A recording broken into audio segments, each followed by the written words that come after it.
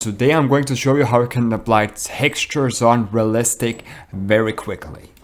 Okay, first of all, you'll have to go to Preferences, then Add-ons, then click in Wrangler.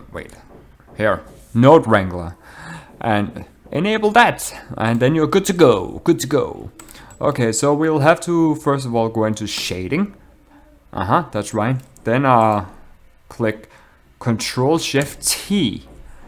And here we go. So let's go into Blender, textures. Let's just choose a texture really good. Marble Lake. Okay, then you take all of these, click enter, and it will sort it out for you. And here we go. Once it's loading, it's 8K, so it's a large texture. Okay, look at what it did here. Boom, boom, boom. You didn't even have to do anything. Now look at this. Would you look at this? And it looks pretty realistic, right?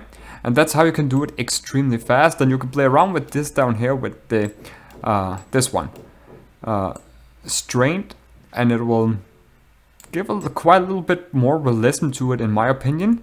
As you can see, let's just find a space here. Then you can see it go down, then it goes smooth, and then a little bit roughness on it, right?